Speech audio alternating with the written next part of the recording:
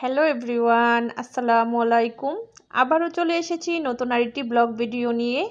আশা করছি আপনারা সকলেই খুব ভালো আছেন, আর আমিও আলহামদুলিল্লাহ আমার পরিবারের সাথে বেশ ভালো আছি। আজকের এই ভিডিওটি সকালে নাস্তা খাওয়ার পর থেকে শুরু করছি। নাস্তা খাওয়ার পর এখানে বসেছি একটা বেবি নকশিকাঁথা আর্ট করার জন্য। গত ভিডিওতে আপনারা দেখেছিলেন আমি আরেকটা নকশিকাঁথা আর্ট করেছিলাম। তো এটা মূলত ছিল আমার একজন রিলেটিভের বাচ্চার জন্য এই নকশিকাঁথাগুলো আমার কাছ থেকে আর্ট করিয়ে নিয়ে যাচ্ছে। তো গত ভিডিওতে আমি কিন্তু বক্স করে আর্টটা করেছিলাম, আর এটার মধ্যে আমি লতা পাতা এঁকে আর্টটা করে নিচ্ছি। যারা নকশিকাঁথা নিয়ে কাজ করেন অথবা যারা নতুন নতুন মা হয়েছেন বা হবেন, তাদের জন্য কিন্তু আজকের এই ভিডিওটি কিছুটা হলেও কাজে আসতে পারে। তো নকশিকাঁথার ডিজাইনটি যদি আপনাদের কাছে ভালো লেগে যায় তাহলে প্লিজ একটা লাইক করে কিন্তু আমার সাথেই থেকে যেতে পারেন।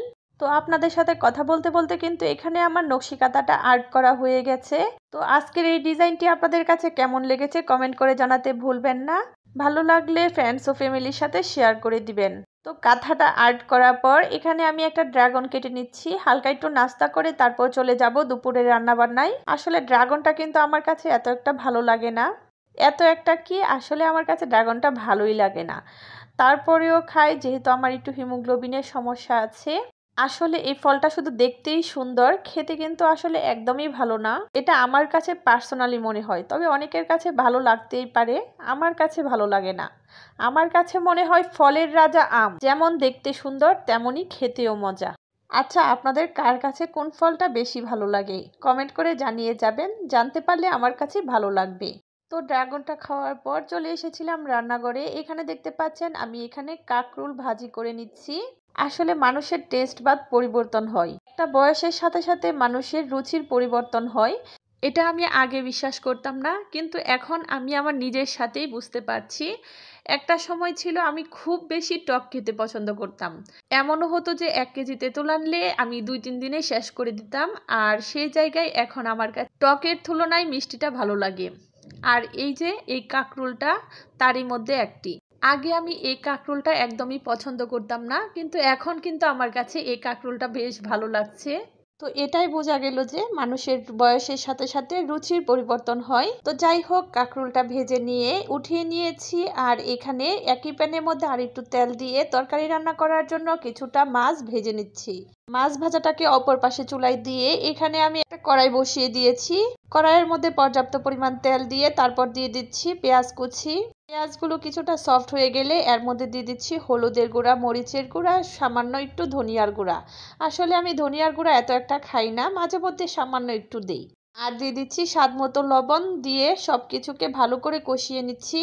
তো ভালো করে মশলাটাকে কষানো হয়ে গেলে এখন এর মধ্যে দিয়ে দিচ্ছি আগে থেকে কেটে রাখা পটল এবং আলু। তারপর এগুলোকে মশলার সাথে ভালো করে কষিয়ে নিতে হবে। তরকারিটাকে কষাতে বসিয়ে দিয়ে আমি অন্য আরেকটা কাজ করছিলাম, এসে দেখি এরকম একদম পানিটা শুকিয়ে গেছে, আর একটু হলেই কিন্তু পোড়া লেগে যেত।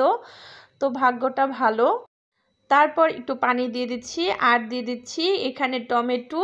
আমি এখানে ছোট সাইজের 2টা টমেটো দিয়েছি, আর দিয়ে দিচ্ছি কাঁচামরিচ। তারপর একই সাথে আমি এখানে ভেজে রাখা মাছগুলোও দিয়ে দিচ্ছি। মাছটা ভেজে রান্না করলে কিন্তু আমি এভাবে কষানোর সময়ই মাছটা দিয়ে দিই। তাতে কিছুক্ষণ যদি এটা কষানোর সাথে থাকে তাহলে মাছের ফ্লেভারটা সবজির মধ্যে যায়, আর খেতেও ভালো লাগে। তারপর কিছুক্ষণ কষিয়ে নিয়ে এখন দিয়ে দিচ্ছি ঝোলের পানি। ঝোলের পানিটা দিয়ে কিছুটা নেড়ে চেড়ে নিয়ে ঢাকনা দিয়ে ঢেকে বেশ অনেকক্ষণ জাল করে নিয়েছি। তো জাল করার পর দেখতে পাচ্ছেন আমার তরকারিটা কিন্তু হয়ে গেছে, আর দেখতে পাচ্ছেন কালারটাও কিন্তু খুবই সুন্দর এসেছে, আর খেতেও কিন্তু ভীষণ মজা হয়েছিল, যেহেতু আমি খাওয়ার পরে ভয়েসটা দিচ্ছি। তো রান্না শেষ করে একদম রাজকীয়ভাবে আমি আজকে আমার খাবারটা সার্ভ করে নিচ্ছি। আমার কাছে যা আছে সেভাবেই আমি আমার রাজকীয় ভাবটা করে নিচ্ছি। তো এখানে প্রথমে আমি তরকারিটা নিয়ে নিয়েছি, তারপর নিয়েছি এখানে কচু শাক। গতকালকে কচু শাক রান্না করেছিলাম, সেটা একটু ফ্রিজে হয়ে গিয়েছিল, সেটাকে একটু গরম করে নিয়েছি। আর নিয়েছি কিছু সালাদ এবং কাকরুলের ভাজি। আর সাথে খাওয়ার পরে খাওয়ার জন্য কিছুটা ড্রাগনও কেটে নিয়েছিলাম। আর এই হচ্ছে আমার সাধ্যের মধ্যে রাজকীয় আয়োজন। ওভারঅল আমার আজকের এই ভিডিওটি কেমন লেগেছে কমেন্ট করে জানাতে ভুলবেন না। ভালো লাগলে একটা লাইক তো আশাই করতে পারি। আজকের মতো বিদায় নিচ্ছি, সবাই ভালো থাকবেন, সুস্থ থাকবেন। আল্লাহ হাফেজ।